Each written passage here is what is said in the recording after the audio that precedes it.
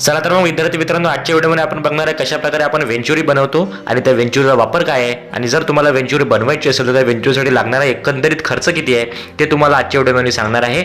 वेंचुरीद्वारे आपण कशा प्रकारे झाडांना त्या ठिकाणी न्यूट्रिशन प्रोव्हाइड करू शकतो हे तुम्हाला सगळं सांगणार आहे.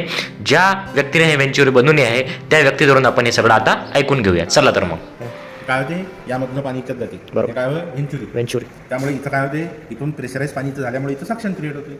या सक्शनमुळे आपण प्रेशर कमी जास्त होते. त्याला प्रेशर हे जसं आपण कॉक आळवा केला, याच्यातलं पाणी कुकून जाईल, याच्यातून जाते वेंचुरीतून. मग हे काय होय, इथं आहे वेंचुरी.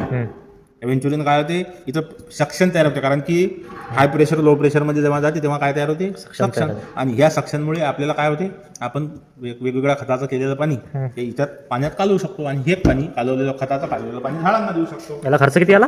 400 रुपयाची वेंचुरी आहे. 60 आणि 60 120 रुपयाचे एल्बो. 2 एल्बो आहेत. 100 रुपयाचे 2 टी आहेत. आणि 120 रुपयाचा हॉल आहे. आणि आपल्याला याला PVC पाईपचे तुकडे लागतील 2 इंच. ते आपण 2 किंवा 2.5 फुटाच्या तुकडे होऊन जाते. बरोबर. याचा माप किती आहे डायमीटर? हे 2 इंची. 2 इंच.